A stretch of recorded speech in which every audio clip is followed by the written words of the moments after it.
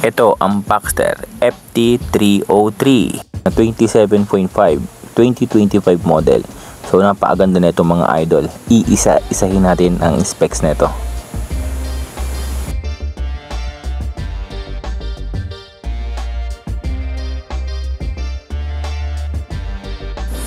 Magsisimula tayo sa top. Ang kanyang handlebar ay 780mm.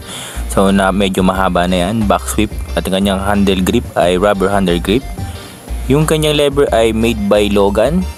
Yung stem niya is 90mm, alloy na rin yan mga idol. Made by Paxter, syempre same yan sa kanyang handlebar. Yung headset niya is 4444 ball bearing headset. Yan, nakikita niyan, meron yung volcano type, then meron siyang 15mm spacer. So pwede mo pang i-adjust yan kung gusto mong ibaba. Napakaganda yan kasi syempre yung kanyang shifter ay Shimano ng series 8-speed. Napakaganda. Ang ganda ng shifting yan. Yung fork niya, mapapansin nyo is meron siyang preload at syempre yung kanyang lockout. Yung lockout niya mga idol is napakalambot, napakagaan at syempre yung fork niya is naka-quality control na yan. Solid black stanchion, telescopic niya is still telescopic. Tapos naka 9mm quick release yung kanyang dropout. Yung hubs niya ay naka 32 holes, syempre yung rim 32 holes din.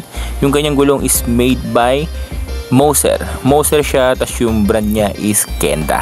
27.5 by 2.25. Ang kanyang saddle is TRS. Yan, mapapansin mo, TRS, no? Carry yan ni Paxter.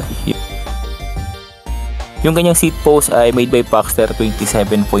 Seat clamp niya is 31.8. Ang kanyang crank ay naka-square tapered pero solid na rin naman. Ang kanyang kadena is made by Tech Power Chain. Okay, napakaganda. Solid na solid yan mga idol. 8-speed yan ha. Then, ang kanyang cogs ay naka 8-speed threaded type. Threaded type, syempre yung kanyang hub sa likod is threaded type din. Ball type din yan mga idol. Yung rotor niya is 160mm. Yung RD niya, syempre yun ang palaban. Katulad ng kanyang shifter is naka Shimano Tourney na yan. Solid, napakaganda. Tingnan nyo yung bike and yung ating FT303.